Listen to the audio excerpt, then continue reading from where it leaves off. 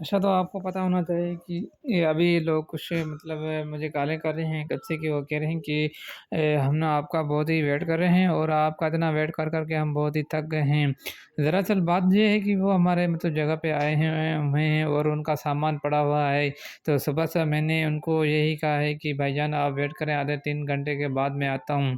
तो लोगों को इंतज़ार करवाने से बेहतर है कि आप उनको टाइम से फ़ारिग कर दें तो वो बेहतर होगा। आपके सर में भी दर्द नहीं होगा और आप में के सर में भी दर्द नहीं होगा। कुछ लोग इस तरह होते हैं कि लोगों को इंतज़ार भी करवाते हैं और लोगों को मतलब काम का रुसवा और ज़लील करवाते हैं। ये हकीकत में बहुत ही गलत बात है कि मैं खुद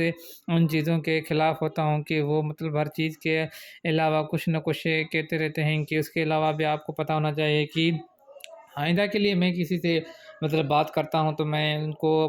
सीधा-सीधा जवाब दे देता हूँ, भाईजान मैं अभी